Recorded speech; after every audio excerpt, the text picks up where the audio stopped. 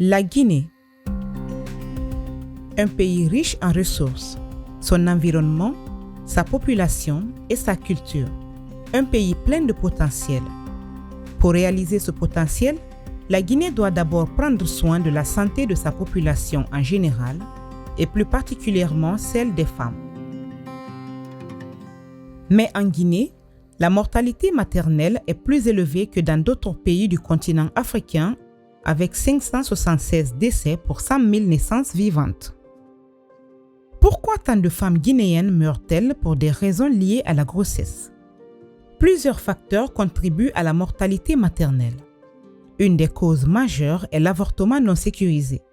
Quand une femme ou une fille est confrontée à une grossesse non désirée, elle peut chercher à mettre fin à cette grossesse en ayant recours à un avortement. Si cet avortement est pratiqué dans des conditions non sécurisées, elle met sa vie en danger. En 2014, au moins 9% des décès maternels en Afrique subsaharienne étaient dus à l'avortement non sécurisé. Selon une étude publiée en 2016, ce taux s'élevait à 11% à l'hôpital régional de Mamou en Guinée. Aucune femme ne devrait mettre sa vie en danger à cause d'une grossesse non désirée. L'avortement sécurisé pratiqué par un prestataire formé dans un environnement conforme aux normes médicales minimales est une procédure très sûre. En Guinée, l'accès à l'avortement sécurisé est autorisé pour les cas de viol, d'inceste, pour sauvegarder la vie de la femme ou dans un cas de malformation fœtale.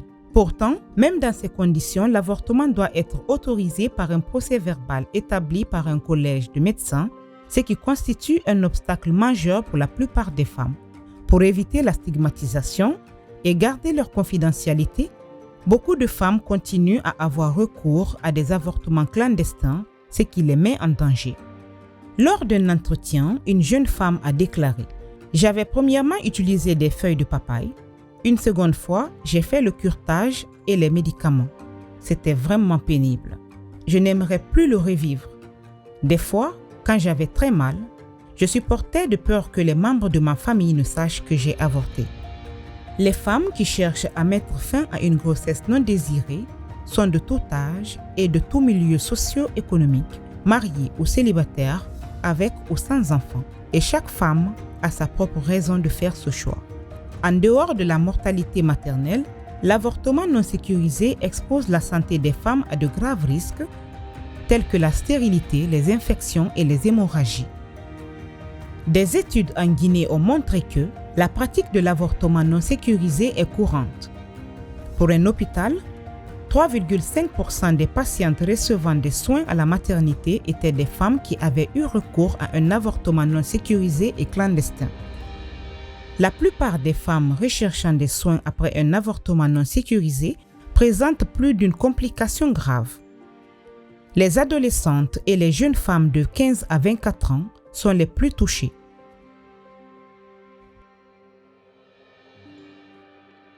Que suggèrent ces résultats? Les complications liées à l'avortement non sécurisé sont fréquentes chez les Guinéennes, surtout chez les jeunes femmes qui ont toute leur vie devant elles. Comment pouvons-nous améliorer la santé et la vie des femmes guinéennes? Il faut améliorer l'accès à des soins complets de santé de la reproduction, notamment l'accès à la planification familiale pour la prévention des grossesses non désirées et l'accès aux soins après avortement. Les soins après avortement comprennent les interventions médicales pour traiter les complications résultant des avortements et les mesures préventives pour éviter de futures grossesses non désirées comme la planification familiale.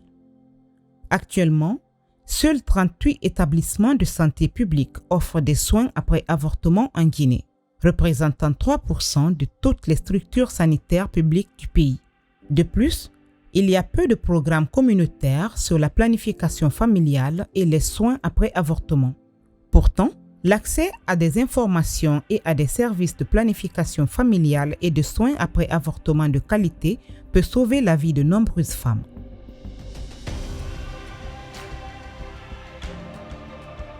D'ici la fin de l'année 2022, le ministère de la Santé devrait prendre un arrêté destiné à améliorer la prestation des soins après avortement et les efforts de prévention, y compris des activités communautaires axées sur la prévention des grossesses non désirées et la planification familiale en direction des jeunes âgés de 15 à 24 ans, le renforcement et l'amélioration de l'offre des soins après avortement dans le système sanitaire.